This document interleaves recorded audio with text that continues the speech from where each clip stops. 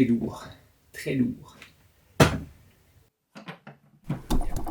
Bien, un outil de professionnel de la profession. Et là, son âge, elle date de quand? D'avril 1967. Donc ça va. Type plombier à flasque coulissante, actionné par vérin hydraulique, breveté tout pays.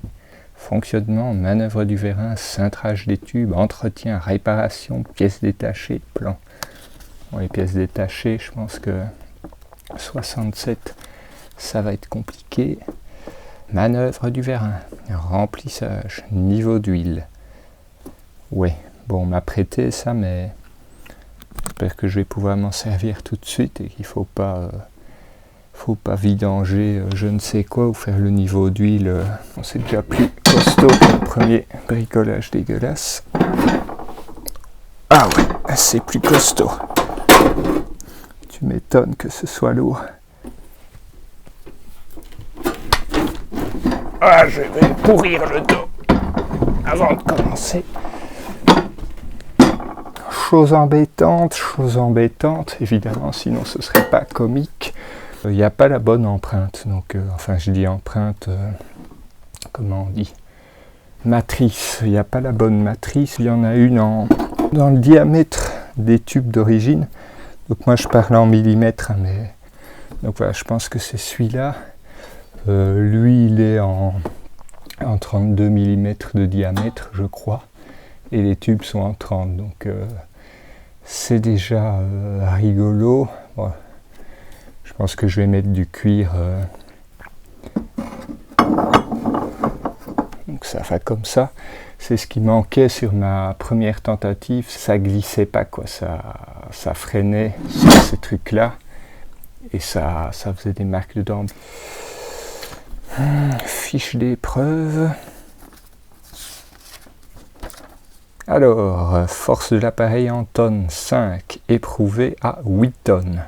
Tu m'étonnes qu'un cric pour une bagnole d'une tonne 5 à 2 tonnes est cassé. Donc rien que pour l'angle du coude, mais c'est pas compliqué, hein. Enfin pas compliqué.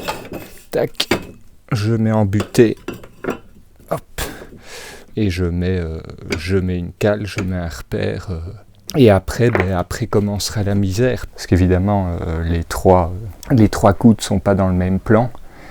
Le second, hop, ici. Dès le second, on se rend compte que tac, il y a une différence d'angle. Et là, le souci, c'est que on pourrait mettre une cale, mais au début, il sera comme ça.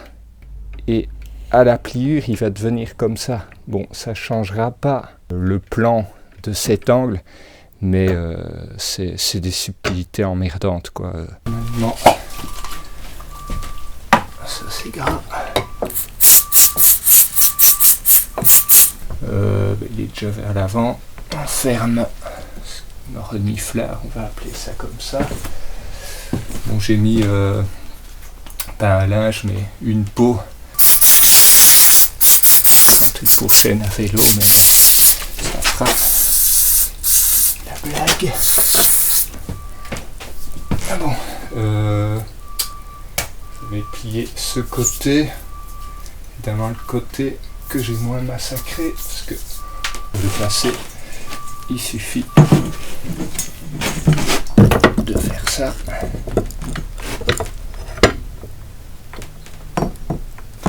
Il suffit. Voilà. J'aurais dû faire une marque avant. Bon, c'est un peu tard de le faire maintenant. Parce qu'évidemment, il y aura toute une subtilité avec les centimètres qu'on perd en cintrant, qu'on gagne. Bon, c'est pas compliqué, hein. À l'extérieur du cintre, on gagne de la longueur.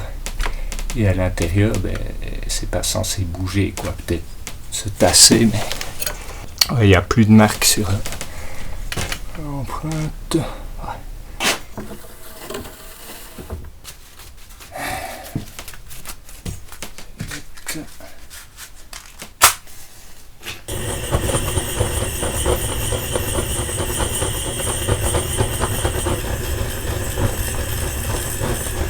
Que je suis à la bonne longueur.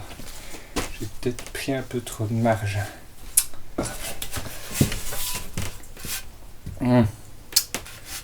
Ouais, j'ai chauffé au mauvais endroit. J'ai chauffé au mauvais endroit. Au lieu de réfléchir, c'est pas grave. Voilà, il y a une marque maintenant. Moi.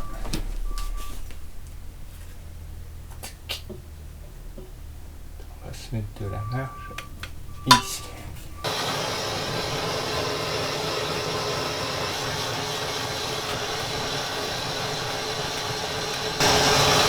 Bon, allez. J'ai un gabarit de secours. Je vais pas pouvoir l'utiliser. Bon, ben.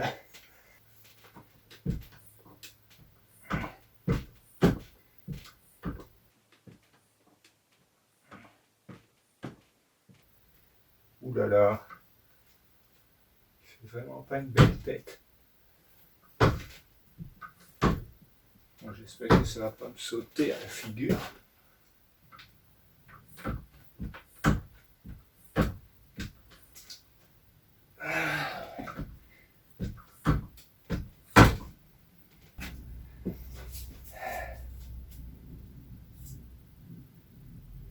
Allez.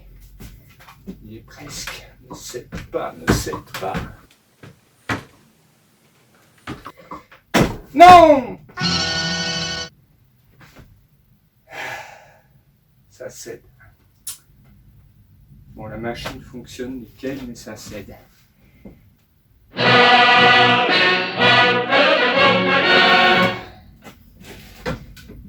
Ça cède.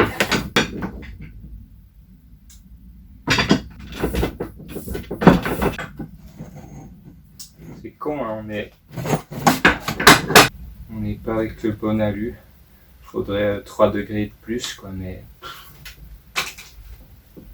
il cède. Ouais, je m'y attendais à moitié. Il est allé, je trouve, quand même assez loin avant de casser. Mais il casse.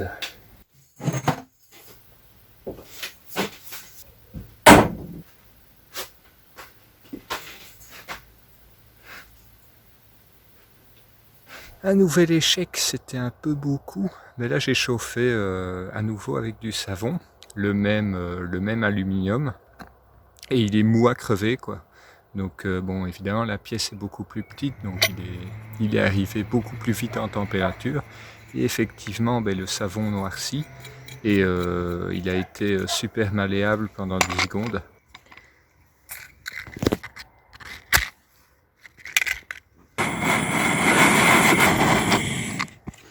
Hop.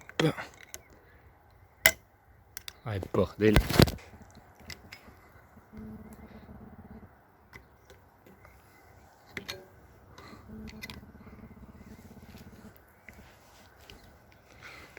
Hop.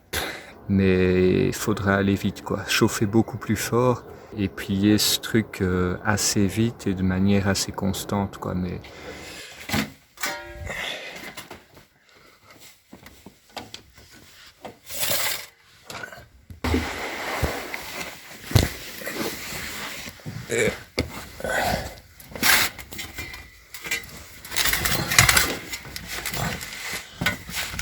alors, ici, on a la pompe à eau.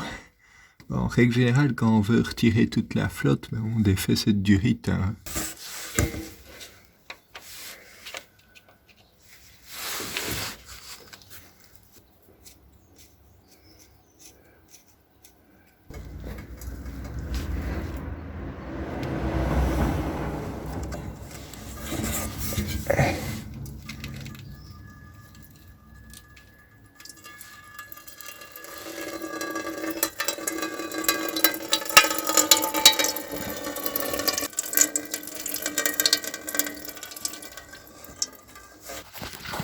Que c'est dégueulasse. Ouais. Allez.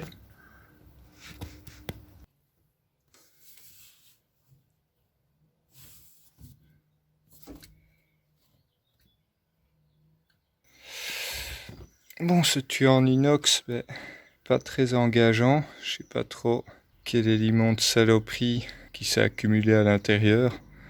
Bon, soit c'est un espèce de revêtement qu'ils ont essayé de mettre pour sauver une fois le tuyau, soit, je sais pas, c'est des crasses qui viennent des durites qui se sont accumulées, mais...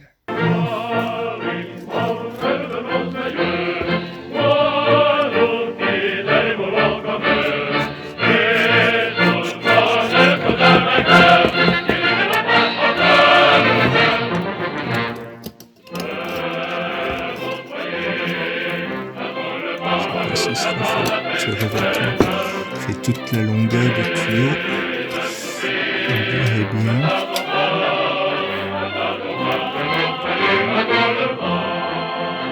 Bon, ben, j'ai fait ce que j'ai pu pour nettoyer au mieux ce foutu tube en inox.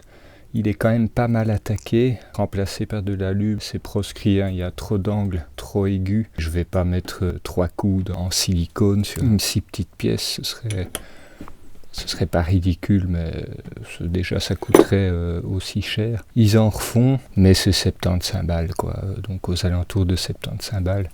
Le truc fait même pas 1 mètre, oui, l'inox coûte cher maintenant, mais pour 75 balles, non, c'est beaucoup trop.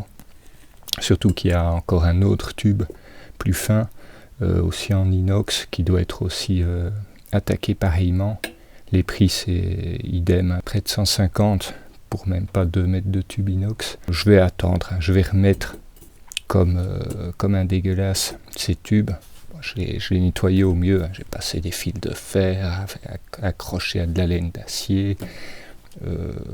Voilà, j'ai évidemment mis du gravier et toute la petite limage, j'ai secoué pendant des heures. Il n'est pas neuf dedans, hein, ça c'est sûr, mais quand j'aurai trouvé du tube inox abordable, ben, je vais le cintrer. Ici les subtilités, c'est qu'il a une patte soudée dessus. Idem pour l'autre, il y a 2 pattes aussi qu'il faudra souder sur le tuyau.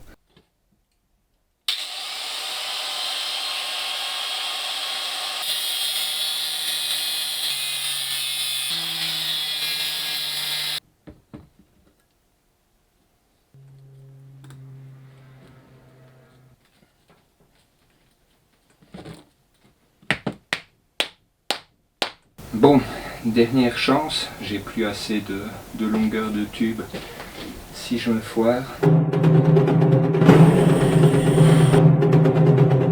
3,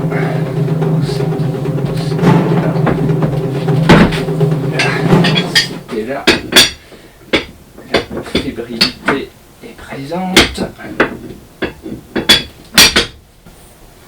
Allez, je crois en toi.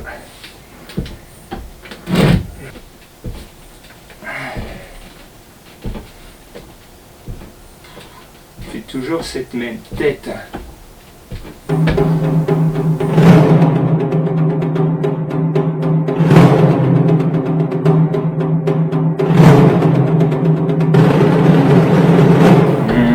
J'aime pas la gueule du truc. J'aime pas du tout la gueule du truc. Bah allez. Non, c'est pas possible. C'est pas possible.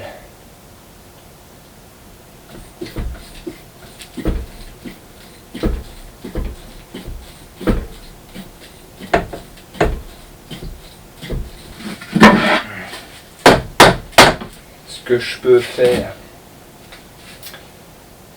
c'est mettre un flexible, enfin une durite là. J'aurais peut-être dû faire plusieurs cintres plus petits, mais c'est du bricolage.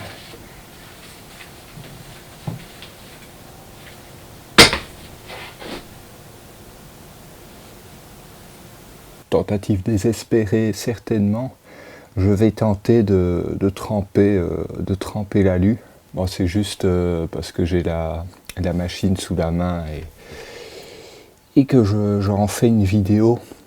Parce que sans connaître la température, sans connaître la nature de l'alliage, il n'y a aucune précision dans le truc. Donc voilà, je vais chauffer et refroidir très brutalement, qui permet surtout à l'alu d'être pas d'être plié, parce que plié, ben, ça fonctionne bien en le chauffant, mais dès qu'on demande au métal de s'étirer, ben, ça se déchire, quoi, ça marche pas. Et voilà, si on veut cintrer, ben, le dessus il doit s'étirer, quoi. Il n'y a pas d'autre solution.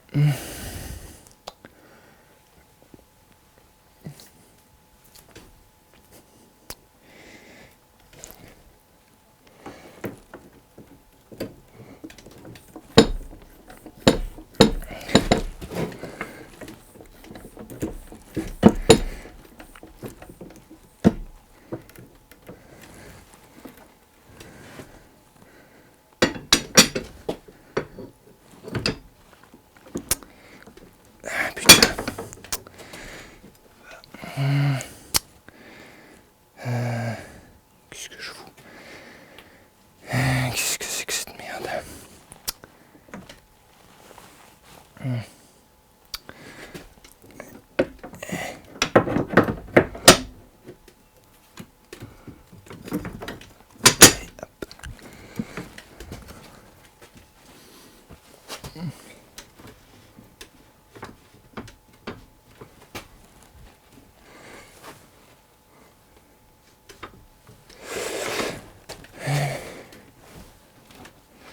Bon.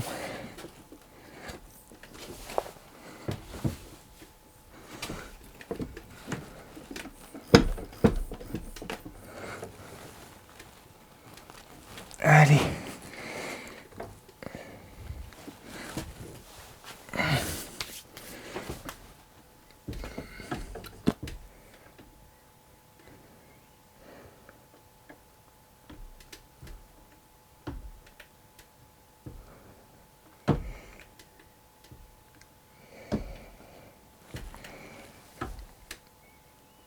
Il fait toujours la même gueule, toujours la même allure.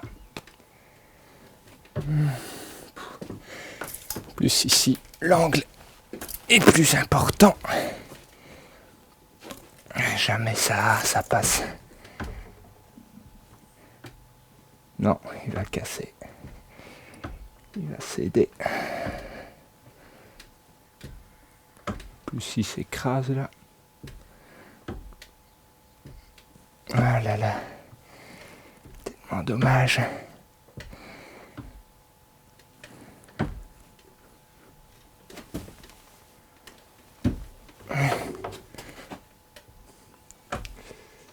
Voilà, il casse là.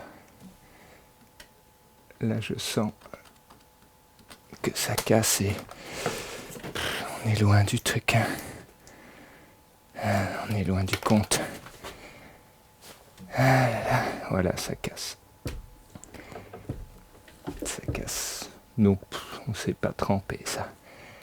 On ne sait pas tremper. Quand on ne maîtrise avec aucune précision ni la température, ni la nature de l'alliage, ni plein d'autres choses, il n'y a pas de miracle.